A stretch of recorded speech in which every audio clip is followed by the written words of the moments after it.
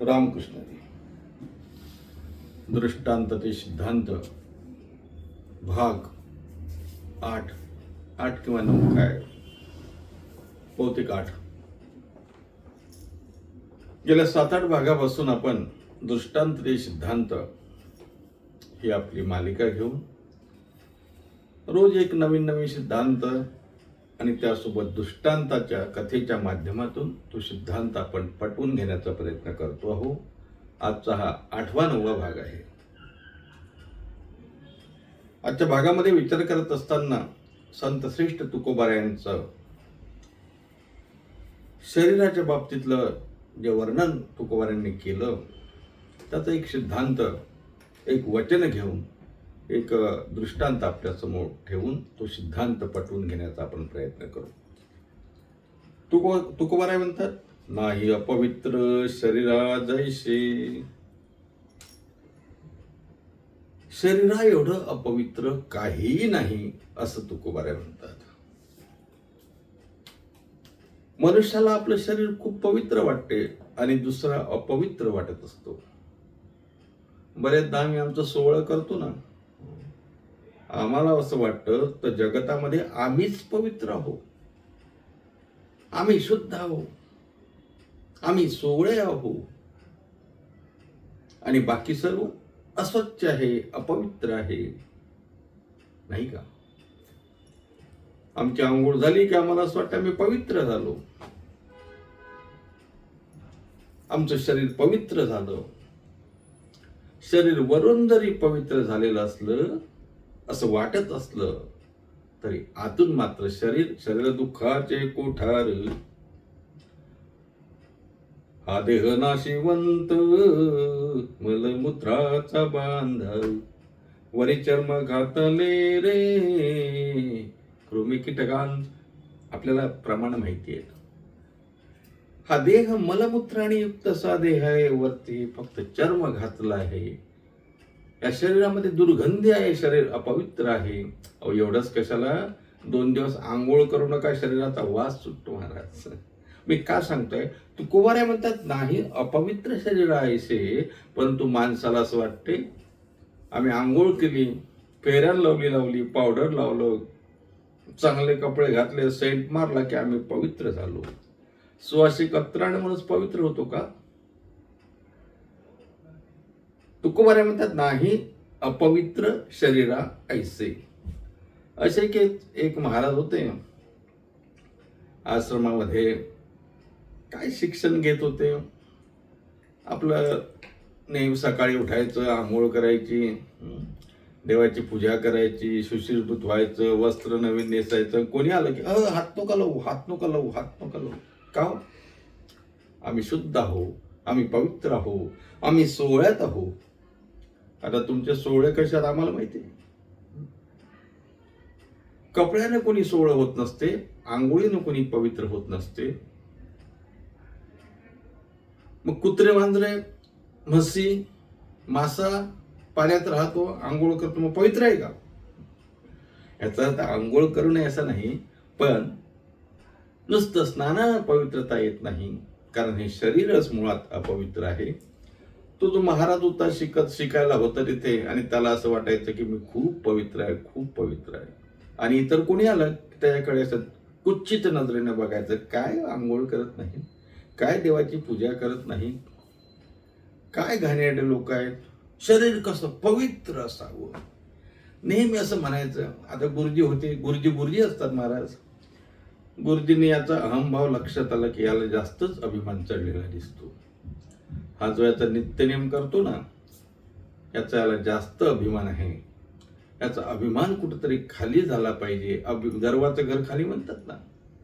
हे बघा, माणसाने सुचिरभूत असावं, पवित्र वागावं, भजन करावं, पूजन करावं, देवपूजा करावी. हे जरी सर्व असलं तरी आपणच तेवढे शुद्ध, आपण पवित्र आणि इतर मात्र सर्व अपवित्र असं समजण्याचं कारण नाही. जगतामध्ये पवित्र कोण आहे? संतांशिवाय दुसरं पवित्र नाही. पवित्र सोवळी एकतीचं भूमंडळी. मला आपल्याला गोष्ट सांगायची आहे. त्या महाराजांचा अभिमान घालवण्यासाठी त्यांच्या गुरूंनी युक्ती शोधली. आणि सांगितलं, बाबा तुझी आंघोळ बिंघोळ झाली ना रे? हो हो हो हो झाली म्हणे महाराज, माझं नित्यनेम आहे, सकाळी आंघोळ, देवाची पूजा. आपण कसं शुद्ध एकदम बिलकुल पवित्र असतो. सांगा महाराज काय सेवा करू? गुरुजींनी सांगितलं, अरे एक काम कर, जरा बाहेर जा आणि माझी तुला आज्ञा आहे. गुरुची आज्ञा पाळतो ना? म्हणे बिलकुल पाळतो. एखादी अशी सर्वात जास्त अपवित्र वस्तू घेऊन ये. म्हणे महाराज असं? अहो जगात सर्व अपवित्रच अपवित्र आहे म्हणे. बाहेर निघालो ना सर्व अपवित्र, कुत्रे, मांजरे, ढोर, जागोजागी असे विचित्र लोक, आंघोळा करत नाही, आंघोळा केलं तर काय खातात, काय पितात, कसे वागतात, अपवित्रच अपवित्र, कोणालाही घेऊन येतो. गुरुजी म्हणतात, नाही नाही नाही, सर्वात अपवित्र जी गोष्ट आहे ना ती घेऊन ये. मग निघाला महाराज शिष्य. का आता गुरुजींनी सांगितलं सर्वात अपवित्र वस्तू घेऊन ये, म्हणजे अपवित्र वस्तू कोणती आहे? सर्वच अपवित्र आहे, फक्त आपणच पवित्र आहोत, नाही का? ठीक आहे, गुरुजीने म्हटलं ना सर्वात अपवित्र, ठीक आहे, सर्वात अपवित्र गोष्ट घेऊन. म्हणे कुत्रा आहे, मांजर आहे, हे नाही नाही नाही, यापेक्षाही अपवित्र. मग काय घेऊन येऊ? घाण घेऊन येऊ का कुठली? हो हो, नाल्यातल्या गटारातलं काही पाणी बिणी. महाराजांना चालेल का? नाही, पण महाराजांनीच सांगितलं ना, गुरुजींनीच सांगितलं अपवित्र वस्तू आहे म्हणून. हा विचार करत करत करत करत गेला. आणि पूर्वीचा काळ, शौचाला लोक बाहेर जायची, नाही का? पूर्वी असे घरात संडास नव्हते, खेड्यातली गोष्ट. आणि हा बाहेर गेला आणि गुरुजींनी सर्वात अपवित्र वस्तू असं म्हटल्यावर हा बाहेर गेला. आणि पूर्वीच्या काळी गावातील लोक बाहेर शौचाला जायचे, बाहेर संडासला जायचे, आपल्याला माहिती, आपणही खेड्यातूनच आलो आहोत. हा तिकडे गेला आणि मनुष्याची विष्ठा तिथे पडली होती. त्याला असं वाटलं या विष्ठेपेक्षा अपवित्र काही आहे का? म्हणून तो त्या विष्ठेकडे, मानवाच्या विष्ठेकडे गेला आणि ते विष्ठा हातात उचलून गुरुजींकडे न्यावी असं त्याला वाटलं. की एवढी अपवित्र वस्तू आणली की गुरुजी म्हणतील, आपल्याला गुरुजी शाबासकी देतील की वा वा वा, खराय गड्या, तू खूप अपवित्र वस्तू आणली. म्हणून तो विष्ठेकडे जायला निघाला तेव्हा तिथून आवाज आला, विष्ठेतून आवाज आला. आणि विष्ठा म्हणते, अरे स्वतःला साधू समजतो, महाराज समजतो, ज्ञानी समजतो, पवित्र समजतो, हात लावू नको मला, तूच अपवित्र आहे. म्हणे मी अपवित्र आहे? कोण बोलते? म्हणे मी विष्ठा बोलते. दृष्टांतातली कथा आहे समजून घेण्यासाठी. विष्ठा बोलते की तू अपवित्र आहे, मला हात लावू नको, आणखी मी अपवित्र होईल. तो स्वयंघोषित महाराज म्हणतो की काय, तू पवित्र, तू अपवित्र, आणि तू अपवित्र पुन्हा होशील माझ्यामुळे? अरे ती विष्ठा म्हणते, तू काय मला अपवित्र म्हणतो? अरे मी अपवित्र का झाली तुला माहिती आहे का? मी अपवित्र का झाली तुला माहिती आहे का? काल मी मंदिरामध्ये जेवण चालू असताना, अरे मी कोण होते तुला माहिती आहे? मी स्वादिष्ट अशी जिलेबी होती, स्वादिष्ट असे लाडू होते, स्वादिष्ट पुरणपोळी जी तू खाल्ली ना ते मी होती. आणि तुझा संग झाला, रात्रभर तुझ्या पोटात मी जिलबी, लाडू, बुंदा काय असेल ते पंचपक्वान्नाचं जेवण, तुझ्याशी माझा संग झाला, रात्रभर तुझ्या पोटात मी राहिली आणि तुझ्या पोटातून बाहेर निघाली. तर मला एवढी अपवित्रता आली की माझ्याजवळून कोणी जात सुद्धा नाही. हे अपवित्रता मला कशामुळे आली? फक्त एक रात्र तुझा संग घडल्यामुळं मी पंचपक्वान्न नसून सुद्धा मला विष्ठा बनावा लागला आणि अपवित्रता झाली फक्त तुझ्या संगतीमुळं. अरे तुझी संगत जर एवढी दुसऱ्याला अपवित्र करत असेल तर तू किती अपवित्र आहे, तुझं शरीर किती अपवित्र आहे, असं विष्ठा बोलायला लागली महाराज.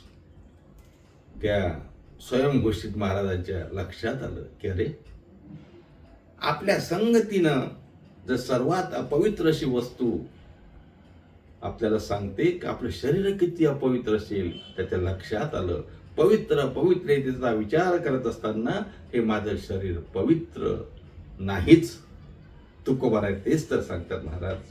ज्या शरीराला आम्ही एवढं पवित्र समजतो आणि दुसऱ्याला अपवित्र समजतो. शरीर पवित्र नाही, तुकोबाराय म्हणतात.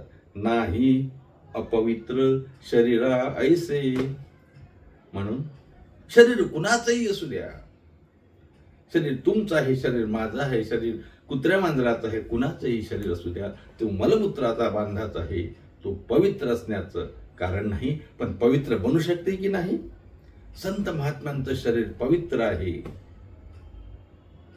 शरीर नश्वर आहे, आत्मा आपल्याला माहिती आहे, आत्मा अमर आहे, आत्मा वेगळा आहे, आत्मा सच्चिदानंद रूप आहे, काय सच्चिदानंद घन आहे, परमात्मा आहे, काय काय आत्मा रामा वगैरे ठीक आहे. पण ज्या शरीरामध्ये आत्मा वास करतो ते शरीर अपवित्रच आहे. नाही अपवित्र शरीर आहे, पण ते शरीर सुद्धा पवित्र करण्याची ताकद नामस्मरणामध्ये आहे. तुकोबाराय एका अभंगामध्ये सांगतात ना, तुमची वाणीही पवित्र होईल, शरीरही पवित्र होईल. कशाने? पवित्र तो देह वाणी पुण्यवंत, जो वदे अच्युत सर्व काळ. भगवंताचं नामस्मरण जर आपण केलं तर आपलं शरीर पवित्र होईल. आणि मग अपवित्र असलेलं शरीर पवित्र करण्यासाठी अभिमानाची जरूरत नाही, अभिमानाने अपवित्र होईल. वरपांगी लेप केल्याने पवित्र होणार नाही, आंघोळीने पवित्र होणार नाही, अर्थात शुचिर्भूत व्हावं. पण ते नामस्मरण केलं तरच शरीर पवित्र होईल. सदैव भगवंताचं नामस्मरण केलं तर शरीर पवित्र होऊ शकते. संत महात्म्यांचं शरीर हे शरीर म्हणजे त्यांचं शरीर आणि आत्मा आहे कुठे वेगळं महाराज. त्यांचं शरीर पवित्र झालं असतं. त्यांना आता हे सोळे झाले त्रिभुवन. तुकोबारायांचं शरीर, तुकोबाराय म्हणतात ना, ही काया कीर्तनामध्ये भजनामध्ये ब्रह्मीभूत काया होत असे कीर्तनी, ब्रह्मीभूत काया होत असे कीर्तनी, नाही का? भाग तरी ऋणी देव दैसा. ब्रह्मीभूत काया कीर्तनामध्ये होते महाराज, भजनामध्ये होते. आम्ही या कीर्तने शुद्ध झालो, आम्ही या कीर्तने शुद्ध झालो. संसाराच्या अंगे अवघीचा व्यसनी, संसाराच्या अंगे अवघीचा व्यसनी, आम्ही या कीर्तने शुद्ध झालो. मग शुद्ध कशाने होईल? पवित्र कशाने होईल? असं हे अपवित्र असलेलं शरीर, ज्या शरीराचा संग आला तर पवित्र गोष्टीला सुद्धा अपवित्रता प्राप्त होते. असं शरीर शुद्ध करून घ्यायचं असेल तर नामस्मरणाशिवाय ते शरीर शुद्ध आणि पवित्र होऊ शकत नाही. ज्याचं शरीर, ज्याच्या मुखात नामस्मरण नाही, आणि अनेक प्रमाण आहे, आता सांगत नाही. तुकोबाराय म्हणतात ना, नाम नवाचे वदे जाचे तोंड, ते प्रत्यक्ष नरक कुंड. यापेक्षा काय सांगायचं?